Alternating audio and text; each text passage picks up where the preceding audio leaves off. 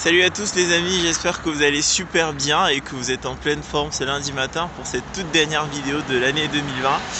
Alors aujourd'hui, déjà j'espère que vous allez bien, dans le sens où vous profitez bien de vos vacances, de cette fin d'année, que vous profitez de cela avec vos proches, avec toutes ces personnes qui sont vraiment chères pour vous et que vous passiez d'excellents moments, parce que quand même il faut bien avouer que l'année n'a pas été excellente en elle-même.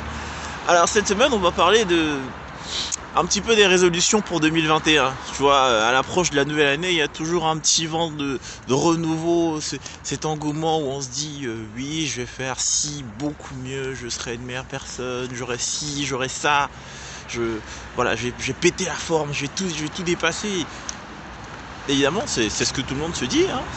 Voilà, on a toujours X, Y résolutions pour la nouvelle année et on se dit que tout va bien marcher, on va tout appliquer de la meilleure des manières, mais à la fin, parfois, on est très déçu d'avoir le même résultat au bout d'un certain temps. Et on a souvent l'impression qu'on tourne un petit peu en rond sans avoir vraiment la solution qu'on cherche par rapport à une échéance ou simplement à quelque chose qu'on veut atteindre, quelque chose qu'on veut réaliser, quelque chose qu'on veut accomplir. Et l'erreur que la plupart des gens commettent à l'approche d'une nouvelle année, d'une nouvelle échéance, d'un nouveau mois, d'une nouvelle semaine, c'est de se dire je vais faire ci, mais en fait les gens s'accordent plus sur la chose en elle-même que sur la méthode pour arriver à cette chose. Ça veut dire que la plupart des gens se disent que beaucoup de choses vont changer en appliquant la même méthode qu'ils ont appliquée la fois précédente, tu vois. Et c'est vraiment ça qui cause problème chaque fois qu'on entreprend quelque chose de nouveau. Alors la nouveauté en elle-même c'est très excitant, mais la nouveauté en elle-même ne sert à rien si nous-mêmes on ne change pas. Avant de vouloir que les choses changent autour de nous, commençons par changer nous-mêmes.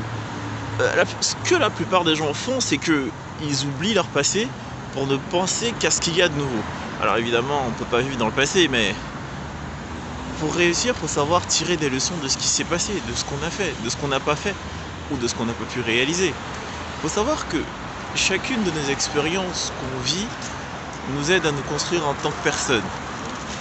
Donc, si tu ne prends pas parti de ce que tu n'as pas fait, ou tout du moins si tu ne tires pas profit de ce que tu n'as pas bien fait, tu ne pourras jamais réaliser ce que tu as vraiment envie de faire. Parce que la plupart des gens ont envie d'oublier littéralement leurs erreurs. Ils n'ont pas envie de s'appesantir sur ce qui n'a pas marché, ils s'appesantissent plus sur ce qu'ils doivent faire sans vraiment porter un jugement objectif à ce qu'ils n'ont pas pu faire ou ce qu'ils n'ont pas bien fait. C'est pour ça que la plupart des gens, généralement, lorsqu'ils se fixent un objectif sur une échéance ou sur une période nouvelle, se retrouvent avec les mêmes résultats parce qu'ils refont les mêmes erreurs, les mêmes choses de la même manière. C'est aussi simple que ça. En fait, ce que j'ai vraiment envie que tu retiennes, c'est que ce ne sont pas les périodes qui apportent un changement. C'est toi qui apportes un changement. C'est la manière dont tu appréhendes, dont tu agis, dont tu réfléchis, dont tu réagis, dont tu entreprends, dont tu réalises qui change vraiment les choses. Il faut voir que les choses autour de toi ne changent que si tu y ajoutes une véritable valeur ajoutée et que tu les fais évoluer. Le changement n'est pas automatique, il est participatif.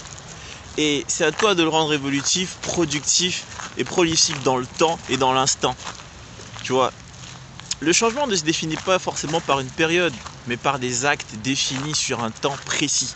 Ça veut dire que la nouvelle année peut être une nouvelle année, ça peut être une nouvelle période. D'ailleurs, ce sera une nouvelle semaine, comme cette semaine-ci d'ailleurs. La semaine, on va dire lundi prochain, tout du moins lundi prochain, vu qu'aujourd'hui on est lundi, ce sera une nouvelle année. Mais une nouvelle année, c'est à toi d'en faire quelque chose de meilleur. C'est pas à la nouvelle année de s'adapter à toi, c'est à toi de t'adapter à elle. C'est aussi simple que ça, parce que on se dit que une nouvelle année forcément va apporter un truc nouveau, il y aura un truc différent, la vie sera plus belle, mais c'est à toi de façonner la vie en fonction de la période que tu vis. Ce n'est pas la période que tu vis de te façonner. Et en fait, les gens se disent vraiment que la nouvelle année va apporter quelque chose de différent, mais ils ne se posent pas vraiment la question de savoir en quoi ils vont apporter quelque chose de différent à la nouvelle année, à leur vie, à leur existence, à leur quotidien, à leurs revenus. Ils se disent qu'ils vont faire les choses ordinairement et il y aura des résultats extraordinaires. Bon, chacun sa manière de penser, mais en toute honnêteté, si tu veux vraiment avoir ce que tu souhaites en 2021, agis différemment de 2020.